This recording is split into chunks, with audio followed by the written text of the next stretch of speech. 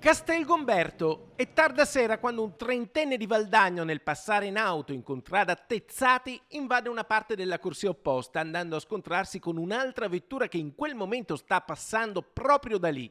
L'impatto provoca l'apertura dell'airbag della macchina investita, il cui conducente riporta lievi ferite. Nonostante questo, il trentenne alla guida dell'auto, che ha sbandato, si allontana dal posto senza prestare soccorso. Dopo pochi chilometri, però, a causa dei danni riportati dal suo veicolo, anche il fuggitivo si vede costretto ad arrestare la sua marcia. Intanto, sul posto dell'incidente interviene il SUEM 118, che porta l'infortunato all'ospedale di Valdagno per le cure. I carabinieri dell'aliquota radiomobile della compagnia di Valdagno invece bloccano il trentenne che si era dileguato. I militari, dopo gli accertamenti del caso, hanno ritirato la patente di guida al responsabile dell'incidente, lo hanno sanzionato per velocità non commisurata alle condizioni stradali e lo hanno denunciato per omissione di soccorso.